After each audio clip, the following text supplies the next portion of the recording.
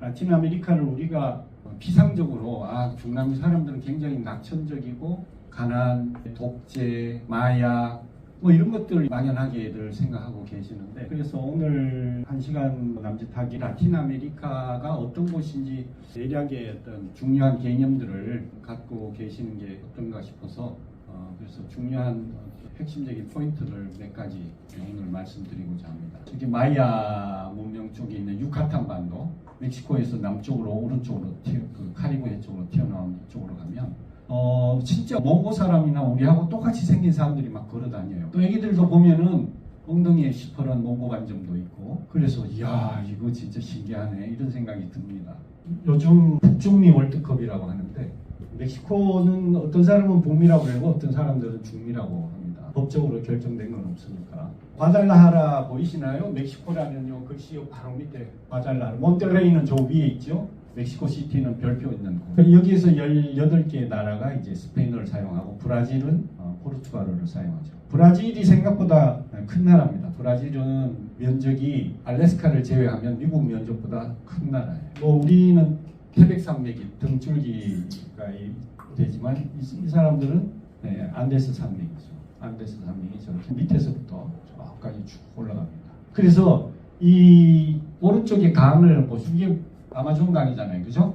아마존 강 유역이 저렇게 넓습니다. 이제 남쪽 이게 지도에서 이쪽 뼈쪽 한 요 부분을 파타고니아라고 합니다. 그 파타고니아에 가시면 여행하시다 보면은 차 타고 가시다 보면 늘 어딘가에 만년설 산이 보여요. 이거는 그 칠레 남단에 있는 파타고니아죠. 파타고니아는 칠레 쪽에도 있고 아르헨티나 쪽에도 있습니다.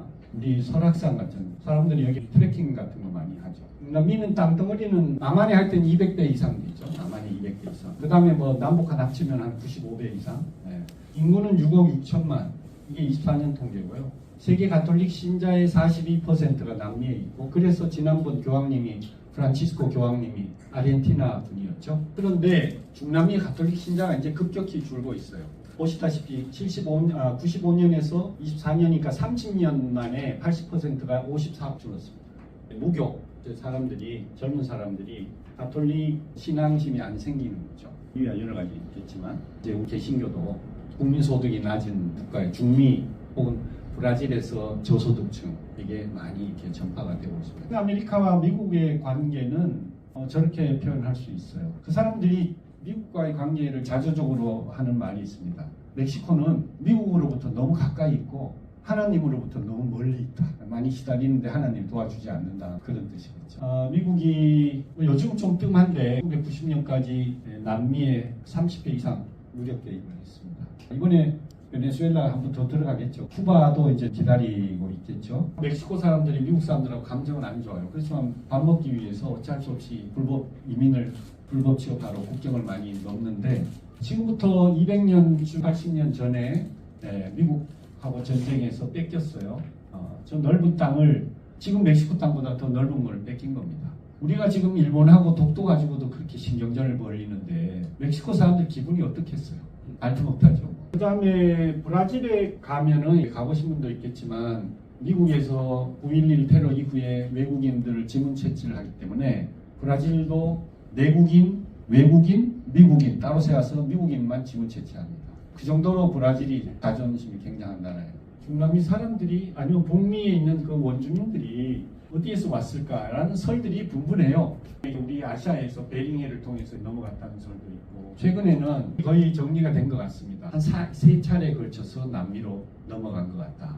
그래서 1차는 15,000년 전, 2차는 6,000년 전, 3차는 한 4,000년 전에 시베리아 쪽하고 중국 북쪽 부여가 있던 그쪽에서 아무르강은 이제 흑룡강, 흑룡강인데 헤이룬강이라고 하는데, 스페인 사람들이 갔을 때 아스텍 제국이 멕시코 중부에 있었죠. 지금 멕시코 시티 쪽에. 그걸 코르테스가 점령을 하는데, 사실 아스텍 부족 국가가 처음부터 거기에 있었던 건 아니고, 코르테스가 가기 한 150년, 200년 전에 거기에다가 자리를 잡고 그 일대를 장악한 거예요. 그럼 그 전에 어디 있었느냐? 자기들은 지금 멕시코하고 미국 국경 있는 쪽에 아스틀란이라는 곳에서 이 멕시카족, 그래서 지금 멕시코라고 하는데, 그 멕시카족이 다른 말로 하면 아스텍족이라고 하는데, 그 족이 아스틀란에서 내려왔다는 거예요. 그래서 내려오면서 계시를 받았는데 호숫가의 선인장 위에서 독수리가 뱀을 물고 있는 곳을 발견하면 거기에 국가를 세워라라는 계시를 받고 남하를 해서 지금 멕시코시티 있는 자리에 아스텍 제국을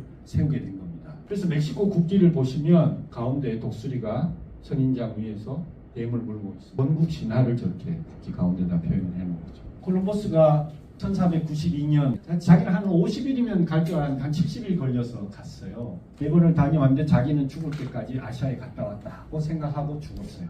그래서 남미를 발견한 사람이라고 볼 수가 없습니다.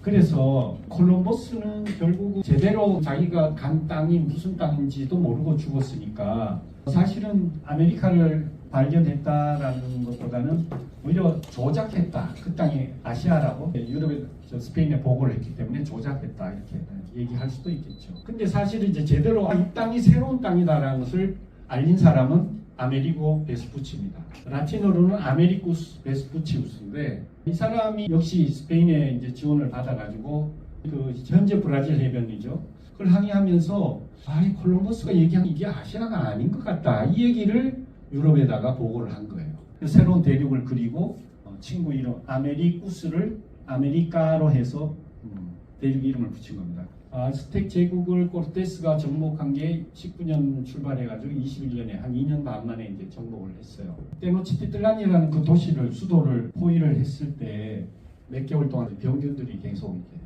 전달이 돼서 그걸로도 적들이 굉장히 질이 멸렬해졌죠. 포위하니까 몇 개월 걸렸지만 세균이 계속 들어가가지고 천연두 같은 거로 마지막 일격을 가해서 코르테스의 정복 성공담을 듣고서 피사로가 몇 년 뒤에 페루 잉카 문명을 정복하러 나갑니다. 거의 비슷한 전법을 썼는데요. 어쨌든 제 피사로도 그 얘기를 듣고서 잉카의 왕을 아련하자 해가지고 어디로 이제 만나러 가요. 매복하고 있던 군인들이 습격을 해서 잉카 왕을 딱 잡죠. 그러니까 뭐 꼼짝없이 하라는 대로 할 수밖에 없죠. 결국 방 2개를 은으로 가득 채우고 금을 한 방 가득 채우고 해서 선물했지만 결국은 참수당하고 말았어요. 근데 참수하기 전에 화형을 원래 시키려고 했는데 네가 기독교로 개정하면 화형은 면하고 참수로 바꿔준다. 이래서 개정하고 참수로 죽었습니다. 하여튼 좀 잔인하죠. 그 다음에는 잔인하게 신체와 영혼을 정복을 하죠. 각종 말살이 하는데 뭐 여러 가지 서류 분석행위 같은 거 다 했습니다. 그림 상형 문자로 이렇게 자기들이 다 해놓은 두루마리 그것들 다 불살라버렸죠. 그래서 우리가 사실 원주민들에 대해서 별로 지금 알지 못한 이유가 그겁니다. 그들이 남아있던 그런 자료들이 다 불탔기 때문에. 그래서 그 본래 존재가 발견되었다기보다는 차라리 디스커버가 아니고 커버됐다, 덮어놨다, 은폐했다 뭐 이렇게 보는 게 맞다.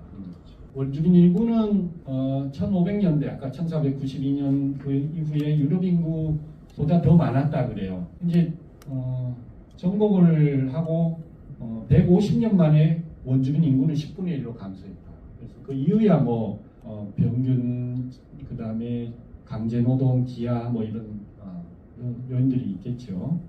하여튼 인류 역사상 가장 잔인했던 어떤 그런 학살이라고 할 수도 있습니다. 왜 거기에 유럽보다 더 많은 인구가 살았을까를 제레드 다이아몬드라는 사람 총균쇠 거기에서 이렇게 얘기합니다. 그 유라시아는 이렇게 같은 위도상에 이렇게 넓게 퍼져 있잖아요. 그러니까 같은 위도상에서 살 수 있는 동물은 동쪽에서 서쪽으로 왔다 갔다 마음대로 쉽게 전파할 수 있다는 거죠. 교류가 쉽게 되고 병균도 빨리 전파되고 동식물도 빨리 전파되니까 병균이 한번 돌면 확 이렇게 사람들이 줄어들고 그 다음에 전쟁도 훨씬 더 대규모로 이렇게 빈변하고 그래서 이 중남미는 반면에 남북으로 길게 있잖아요. 그리고 북쪽에는 춥고 중앙에는 덥고 남쪽에 또 춥고 하니까 이게 동식물이나 병균들이 쉽게 이동을 할 수가 없죠. 그러니까 그냥 그 지역에서 병균이 있다가도 거기서 끝나는 수준이니까 이게 더 많은 인구가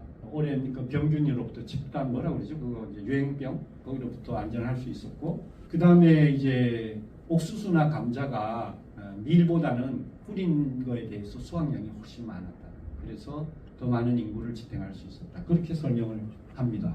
여기는 쿠스코라고 하는 그 잉카 제국의 수도 한 공원에 가면은 500년 이게 1992년이니까 콜럼버스가 항해한 지 폴보스가 항해한 지 그 500년 되는 해에 세운 비문인데요. 그때 저항에서 싸우던 무명의 용사들을 기리면서 맨 마지막에 굵은 글씨로 이 노포드란 마타르노스, 그렇지만 우리를 죽일 수는 없을 것이다, 그렇게 써놨어요. 저것만 봐도 아직까지 국가가 통합이 안 됐다, 그렇게 볼 수가 있죠. 그 다음에 멕시코에 아까 보여드렸던 그 성당을 성소 위에다가 성당을 지은 거기에 보면은 저 뒤에 있는 하얀 높은 건물이 정부 기관입니다.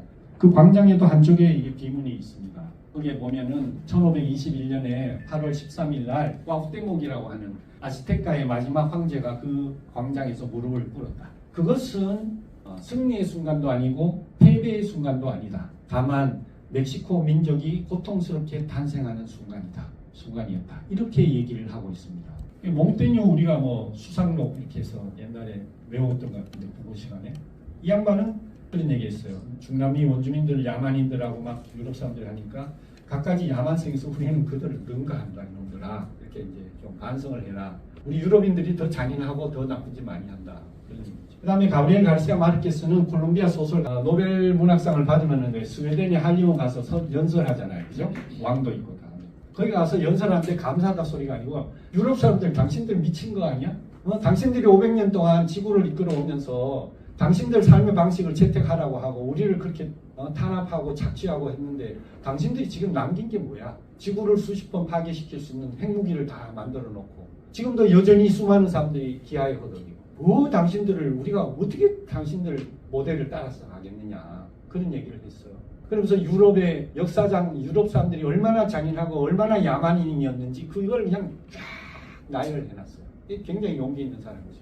우리는 감히 그럴까요? 라틴 아메리카에서 축구란 뭐냐? 우리나라도 국민통합의 힘이죠, 그렇죠? 이거는 이제 마라도나가 소속돼 있던 그 아르헨티나의 항구 보카 지구. 보카는 주둥이라는 뜻, 입이라는 뜻이고 지하철도 보카라고 그랬죠. 보카 주니어 팀은 그 못 사는 지역의 축구팀이기 때문에 진보적인 성향의 동네라고 할까? 그렇습니다. 네, 그래서 마라도나도 사실 카스트로하고도 친했고 중남미 어떤 좌파들하고 같이 하는 모습들을 많이 보여줬어요. 그래서 참 저런 말도 있었어요. 나는 마라도나를 신이라고 믿지 않는다. 하지만 신이 축구를 한다면 마라도나처럼 했을 것이다. 이제 메시로 바뀌겠지만, 그래서 같은 아르헨티나 사람들끼리 프란치스코 교황하고 마라도나가 교황청에서 만났어요. 두둑히 안고 있는 거 보세요. 얼마나 서로 행복한지. 그때 처음에 저 다른 신문에 이런 거 났어요. 마라도나가 교황님 앞에서 이렇게 무릎을 이렇게 꿇잖아요. 교황이 얼른 가가지고 이렇게 세면서 내가 무릎을 꿇고 싶은데 당신은 축구 황제라 이거야. 멕시코에 프리다 칼로라고 7년에 태어나서 54년에 죽은 여성 화가가 있어요. 뭐 페미니스트 화가라고도 하는데 굉장히 불행했던 화가죠. 어릴 때 교통사고로 수술을 36회 했고 그래서 유산을 했고 그 다음에 남편이 멕시코 제일 화가였어요. 벽화 그리는 화가. 남편이 마지막에 바람을 많이 피고 자기 여동생한테까지 바람을 피웠어요. 그림도 거의 누워서 그렸어요. 너무 고통스러운 삶을 살았는데 이 여자가 마지막에 그린 그림은 이렇게 화려하고 생명력이 충만한 이런 그림을 그렸어요. 그리고 저기에 스페인어로 뭐로 써 있느냐? 인생 만세. 비바 라 비다. 네, 나왔었는데 그 마르케스의 100년 그걸 조금만 좀만 얘기 좀 한번 해주시죠. 예, 100년 동안의 고독은 100년 동안의 그 고독이라는 게 뭐 영원한 고독이라는 거겠죠. 세상은 눈으로 드러나는 것만 세상이 아니야. 이 숨어있는 세상, 사람들이 믿는 거, 생각하는 거, 이거 다 현실이야. 리얼리즘이 단순히 우리가 눈으로 보는 것만 리얼리즘이 아니야. 우리가 믿는 것도 생각하는 게 다 현실이야. 현실의 일부야. 이렇게 생각하고 우리 머릿속에 일어나는 환상을 그거 다 이렇게 표현하는 거죠. 그래서 이 사람은 그런 소설을 썼고 그것이 서양 사람들은 그저 눈에 보이는 거, 이것만 이성적인 거라고 생각을 하고 그것이 현실이다라고 생각하지만 이 사람은 그렇지 않다는 것을 소설을 통해서 서구의 침략의 역사를 고발하고 아주 여러 가지 그런 해석이 가능한 소설을 썼고 그것이 100년 동안의 고독이고 어떻게 보면 그거 인간의 또 본성을 계속 이제 건드린 거죠. 드러내놓고 메시지를 전달하지 않지만 그 숨어있는 메시지가 엄청나게 많은 그런 소설입니다.